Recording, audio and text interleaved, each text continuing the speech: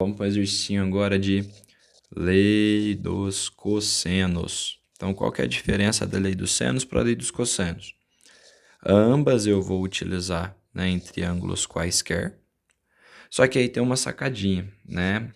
A lei dos senos, eu utilizo ela só quando eu tenho dois ângulos e tenho um lado.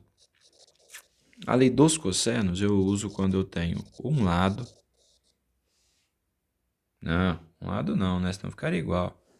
Um ângulo e dois lados, tá? Mas como é que eu identifico isso, professor?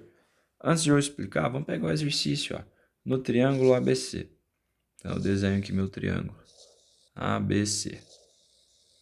Então, eu ponho vértice A, vértice B, vértice C. AB vale 8, então eu marco aqui. AC vale 7, marco aqui. E a medida do ângulo B é 60. Se a medida do ângulo B é 60, eu coloco aqui para nós, né? 60. Beleza? Ó, ABC. AB vale 8, AC vale 7 e a medida do ângulo B vale 60. Calcule BC. Então, ele quer que você calcule esse lado aqui, ó. Poderíamos chamar de X. Então, veja que nós temos um ângulo e dois lados. Se eu tenho um ângulo e dois lados, ó, eu estou enquadrando a lei dos cossenos, não na lei dos senos. Então, eu vou usar esse camarada aqui. Então, a lei dos cossenos, eu vou montar a fórmula só de um lado. Seria no caso de eu ter um triângulo, né? Esse meu triângulo aí tem três lados, A, B e C, e três ângulos possíveis, alfa, beta e teta. Mas lembre que eu só vou saber quanto que é um ângulo e dois lados. É que eu generalizei aqui agora. Aí, se eu quisesse descobrir, por exemplo, o lado A, tem uma formulazinha que é assim, ó. A ao quadrado, ou seja, o lado que eu quero descobrir ao quadrado, é igual a B ao quadrado mais C ao quadrado menos 2 vezes B vezes o C vezes o cosseno de alfa. Então, veja que o lado que eu quero descobrir ao quadrado é igual à soma dos outros dois ao quadrado. Começa como um Pitágoras. Porém, vem aqui, ó, menos 2 vezes um vezes o outro, vezes o cosseno do ângulo que está oposto a ele.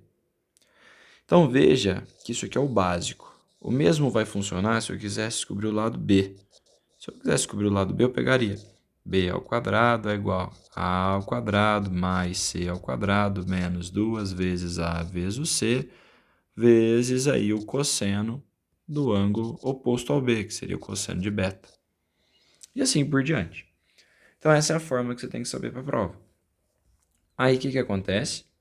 Esse exercício ele quer complicar um pouquinho sua vida. Por que acontece? Você fala assim, pô, professor, eu quero descobrir o x. Então, pelo que você me ensinou, eu vou montar aqui, ó. X ao quadrado é igual ao 7 ali ao quadrado, mais 8 ao quadrado, menos 2 vezes o 7, vezes o 8, vezes o cosseno do ângulo que está oposto a x. Aí você não acha o ângulo. Às vezes você escreve errado aí na hora da pressão, que é 60. Então, cuidado, ó. Porque você vai ter aprendido como é que se faz. Só que o exercício fez algo diferente. Em vez dele pedir o lado que está à frente do ângulo, ele pediu um lado que está ali do ladinho. Então, o que você faria para descobrir esse cara? Você usaria a lei dos cossenos, mas nesse camarada aqui, ó, que é o 7. Então, você monta a fórmula normalzinho, ó. Você fala assim, ó, 7 ao quadrado, fingindo que é ele que você queria descobrir, é igual a x ao quadrado mais 8 ao quadrado menos 2 vezes o x vezes o 8 vezes o cosseno do ângulo oposto a ele, que é quem? O 60. Então, nem sempre a incógnita vai estar ali no lugar do 7. Ó. Às vezes, eles querem que você utilize aí o seu raciocínio lógico. Fiquem tranquilos que eu não vou colocar um desse na prova. Eu vou ser bem específico. Quem eu quiser descobrir vai ser o cara que vai estar aqui na ponta. Né? Vai ser o cara que está oposto ao ângulo. Mas vocês precisam pegar um jeito de exercícios mais difíceis. Por isso que eu estou resolvendo esse aqui para vocês. Então aqui a gente resolve agora. 7 ao quadrado, 49. Aqui fica x ao quadrado, 8 ao quadrado, 64, menos 2 vezes o x vezes o 8, vezes o cosseno de 60, que é meio. Olha que beleza. Esse 2 vai cancelar com esse. Então, isso aqui fica 49 é igual a x ao quadrado mais 64 menos 8x, que é o 8 vezes o x. Vou pegar, isso aqui é uma equação de segundo grau, então deixo 49 junto com todo mundo. Então, isso ficaria x ao quadrado menos 8x mais 64 menos 49 igual a zero. Então, veja que eu juntei todo mundo, 49, troco o sinal. Simplificando mais um pouco, x ao quadrado menos 8x mais, porque o resultado de 64 menos 49 vai dar um resultado positivo, porque eu tenho mais do que eu devo. Então, se eu fizer essa continha aqui, eu acho que a diferença dos dois seriam de 15 unidades. Então, você tem uma equação de segundo grau, onde você vai resolver ela. Podemos resolver por soma e produto.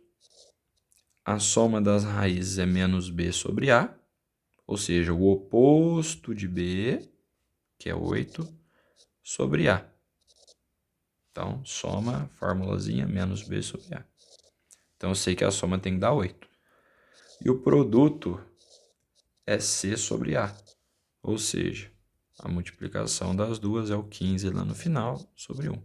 Então, eu tenho que chegar numa soma 8 e num produto 15. Então, imagina, quais são as multiplicações que dão 15? 1 vezes o 15 ou 3 vezes o 5. Qual das duas opções eu somo e dá 8? 3 e 5. Então, eu acabo de chegar aqui que o meu x1 pode ser 3. Ou, tem o x2 aí, que vale quanto? 5, que são as duas raízes. Aí você fala assim, não, beleza, professor, mas e aí? Mas ele falou para eu calcular o lado de BC. Eu vou utilizar o número 3 ou vou utilizar o número 5? Aí é onde que você vai ter que analisar. Então, imagina o seguinte, você tem um triângulo, que um lado vale 7, o outro vale 8, e aqui você não sabe se vale 3 ou 5, Então, vamos ver se esses lados satisfazem aquela condição de existência do triângulo. Porque lembra que um lado ele tem que ser menor do que a soma dos outros dois e maior do que a diferença dos outros dois. Então, vamos pegar aqui, o meu lado tem que ser menor do que 15, que é 7 mais 8, e maior do que 1, que é 8 menos 7. Então, o nosso lado tem que ser um número entre 1 e 15. E se vocês pararem para olhar aqui, tanto o 3 quanto o 5 estão entre 1 e 15. Então, quando ele pede para a gente calcular BC, a gente vai falar que o nosso lado BC pode ser 3 ou 5. Pronto, seriam duas respostas. 2 possíveis valores para esse lado. Fechou? Então, espero que vocês tenham entendido. A principal parte dessa aula era explicar essa fórmula novamente e resolver um exercício um pouco mais elaborado. Treinem os mais fáceis, treinem aqueles que a gente fez em sala de aula, para que vocês possam arrasar na prova. Grande abraço, moçada!